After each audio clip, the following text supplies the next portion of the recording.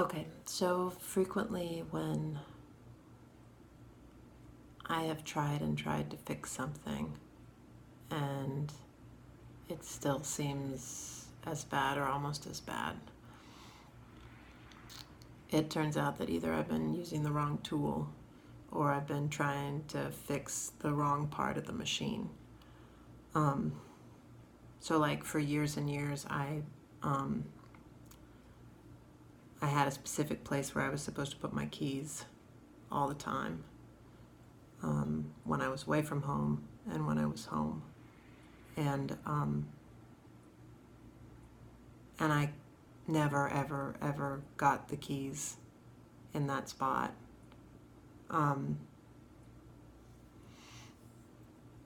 Really ever, until I started taking medicine, and then I was conscious of them in my hands, and then I could put them where they belonged over and over. So that was definitely a case of like both, maybe wrong tool, wrong mechanism, both. Like I thought I needed a habit, but I actually needed a brain that could have habits.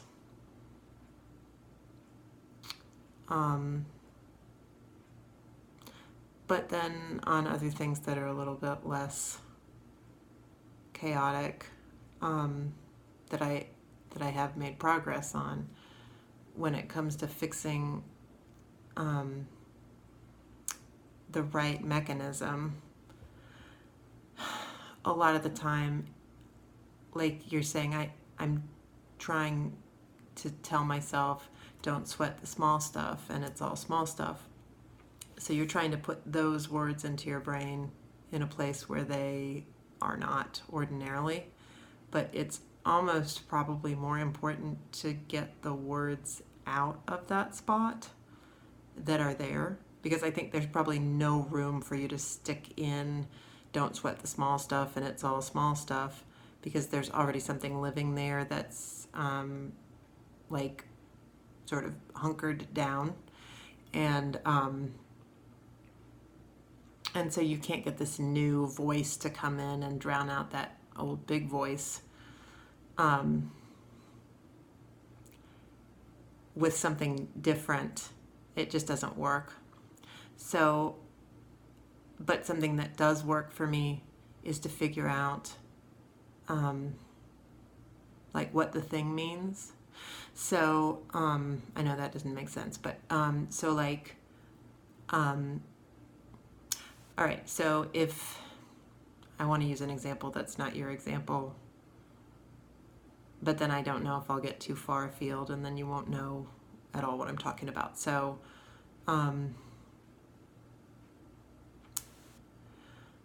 like if you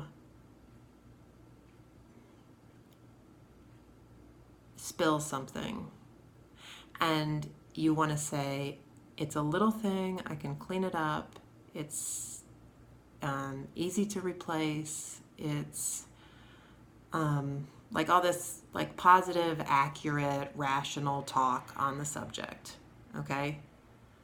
But I discovered that when I spill something, it's not that I think I can't clean it up, it's not that I think that it's too much wasted, it's not anything like that. But if I spill something, I am highly inclined to think I was too tired already, I was over my limit already, and now that this is spilled, there is no hope. I will definitely be over my limit. And so I had to get a new response to spilling things, because I was kind of starting to rage when I spilled something, and if there was anybody that was like remotely partially responsible for my having spilled something, like they were going to get a piece of that. So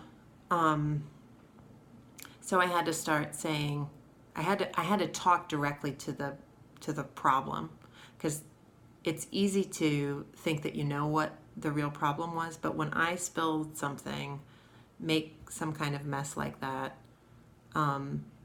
drop stuff through rushing, the stuff that comes in is not about waste of stuff, loss of dinner plan, whatever. If it's food I've spilled it, and it's not about like how inconvenient it is to clean up, per se. The specific issue that causes it to be so disheartening is that now my tenuous grasp on what's going on has been lost. So that's what I had to argue with. That's what I had to learn to talk directly to. And so now, when I spill something, I have to specifically address whether or not I am now screwed, like in terms of energy.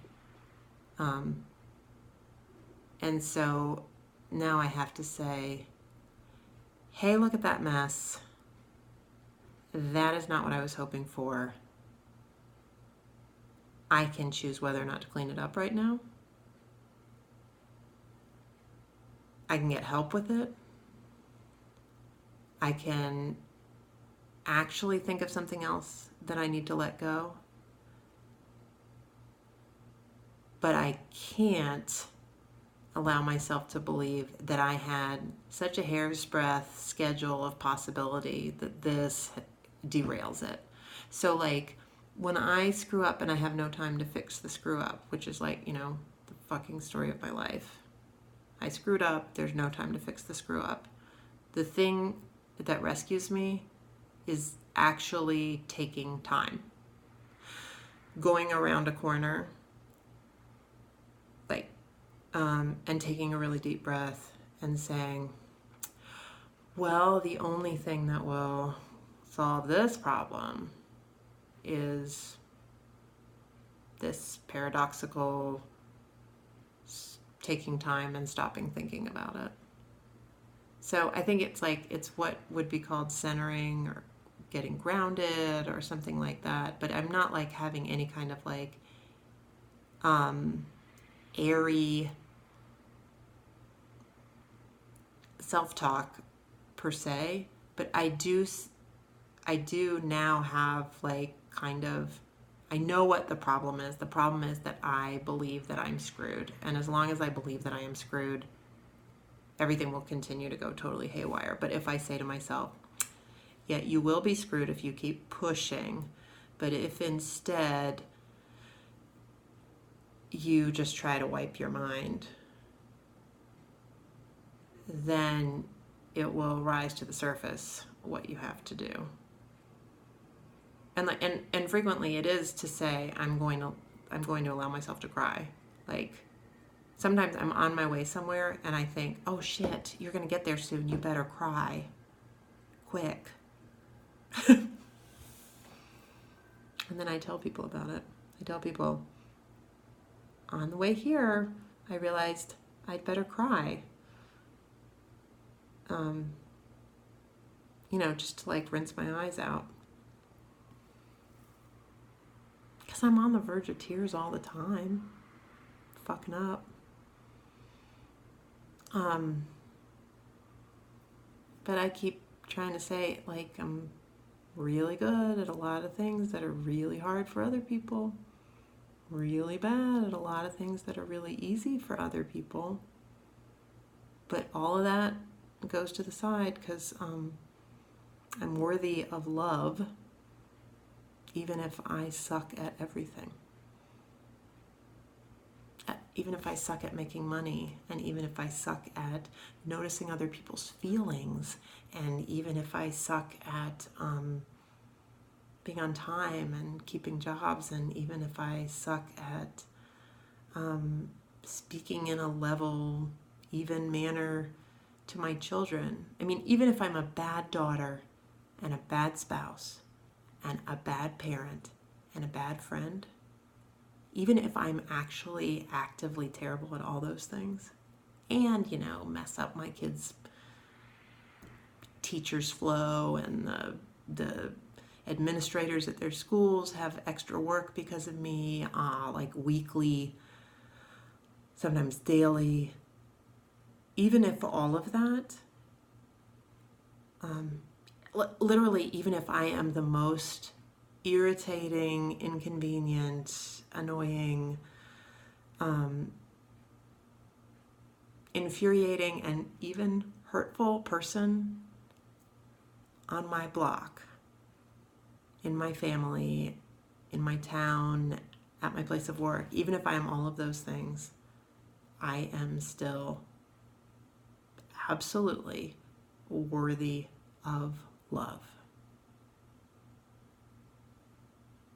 My parents' love, my spouse's love, my kids' love, my coworkers' love.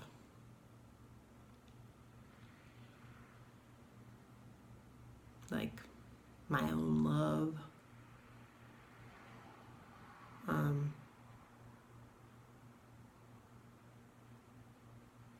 Doesn't matter.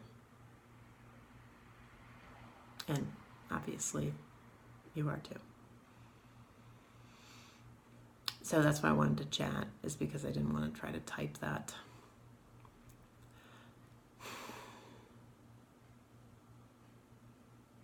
I mean, I think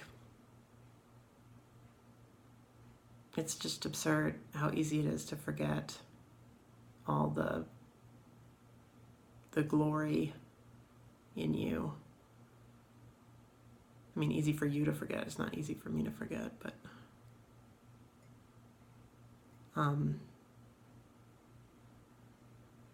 I seriously suspect that it's because you think you have to earn a spot, and in fact you don't. You have one. You do. All right. I love you. Good night.